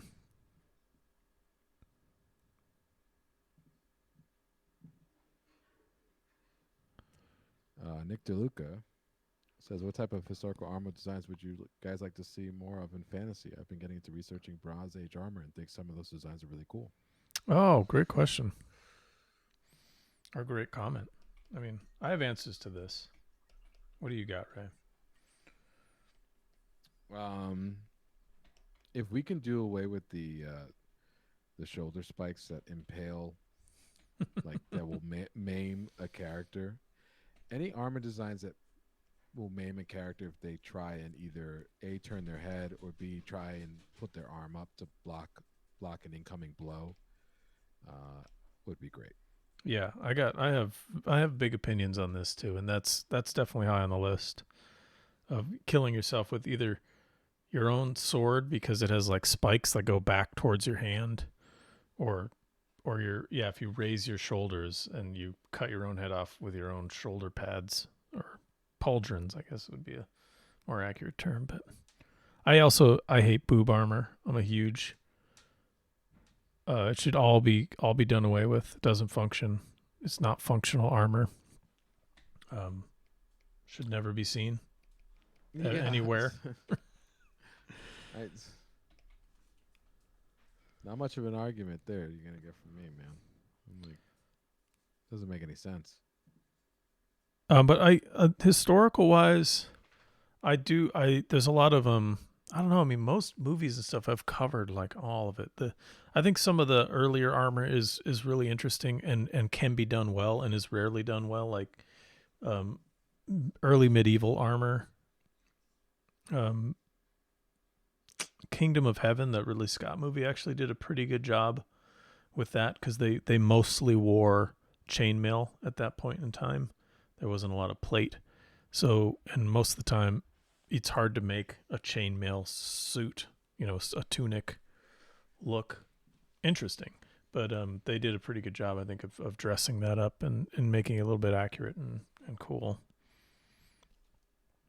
Man, I could go on all day about armor. I don't think very few movies have done like high medieval period full harness armor. They've very few movies have done it well. It's always really clunky and rattly and loud.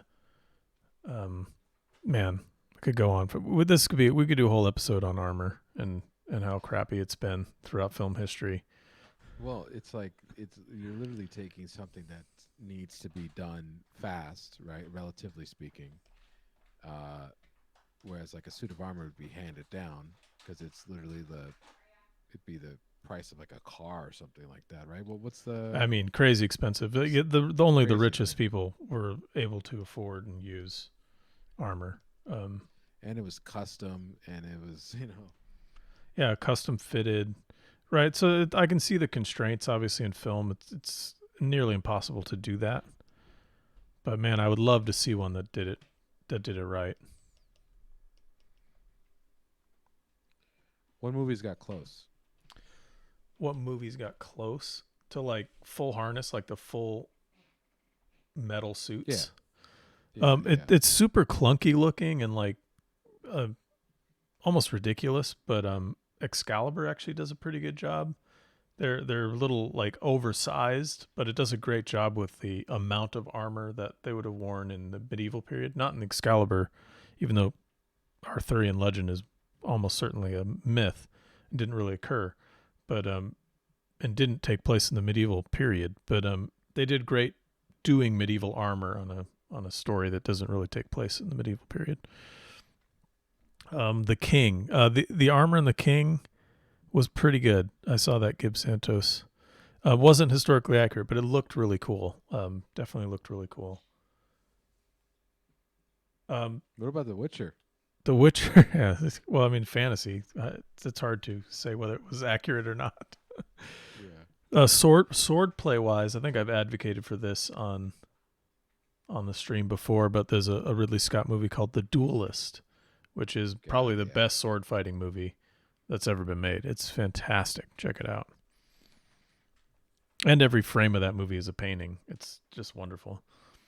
Did I talk to you about the Corridor Digital um, video about how they brought in a sword master and they talked about how what actual lightsaber battle should be like? Oh no, that sounds awesome though. No, That would be an so he interesting dissection of sword th- play. this this dude's like this. He's a legit sword master. He's worked in Hollywood and stuff, and he talked about he designed a fighting style that would basically a realistic lightsaber fighting style. Like, what if the lightsaber were actually real? Oh What man, would it I actually? gotta watch this. Yeah, This sounds I'll send great. you. I'll send you it. Yeah, it's really good. Well, Um, because it would have to be really strange. I do a bunch of sword fighting myself, and you would have to, if you had a weapon that had no edge to it, essentially, or whatever edge you touched the thing to was cut. You right. would have to really be like in S- episode one, like when he's Darth Maul's basically fighting with like a bow staff. Um, but when you fight with a bow staff, you rest it on your shoulder sometimes, and he'll like rest the blade on his shoulder in some of those moves. But you couldn't do that with a sword that's like made out of hot plasma. No, he would have decapitated himself a long time ago, and doing backflips with it, still on. Oh, it's good I just want to stuff. point out, you know, like why would you do that? But well, You know what? it's It's the greatest Star Wars movie. Okay, I think we're actually near time here, man. We've been oh babbling yeah, on we are for a bit. actually. Yeah, we are. We are. We're actually at time. So well, I think I am ready for color Oh yeah, on this one. So you think? yeah, Nice. I think so. It's I looking think great, man. I could fill in. Thanks, dude. Fill in a couple of things here and there. But I'm gonna get ready for color for next week. So, geez, uh, thanks everyone. This went quick. Thanks so much for your stopping by. Next week I'll be working on the color version, so or putting color on top of this, and I'll show you how I do that. I'm gonna do it in oils. Um, so thanks, but thank you so much for your wonderful questions this week and participation in the chat. I see a lot of like cross chatter, and that's awesome. We love to see that type of stuff. Yeah, we love people hanging Um, out. I've been Ray Bonilla. You can find me at raymondbonilla.com and Ray Bonilla Painter on Instagram. Uh, and who are you, sir? I am well, I'm Tyler Jacobson, and you can find me at Tyler Jacobson Art and tylerjacobsonart.com. And I think next week I'm probably just going to keep pushing on one of these. So we'll see. Awesome, awesome. Thank you everyone who joined us for the stream. If you're watching this on YouTube or on VOD, on YouTube, please consider liking and subscribing. We have new videos every week, and also consider also subscribing to following us on Instagram. You'll find out when the show airs. There's a post every Wednesday with a new banner. But that's it. So thank you so much, everyone, and I look forward to seeing everyone next week. Thanks, Tyler, Thanks, Ray. and take Everyone good care. have a great week. Thanks to Kate for joining us in the chat. Goodbye, everyone. Have a great day. Take care.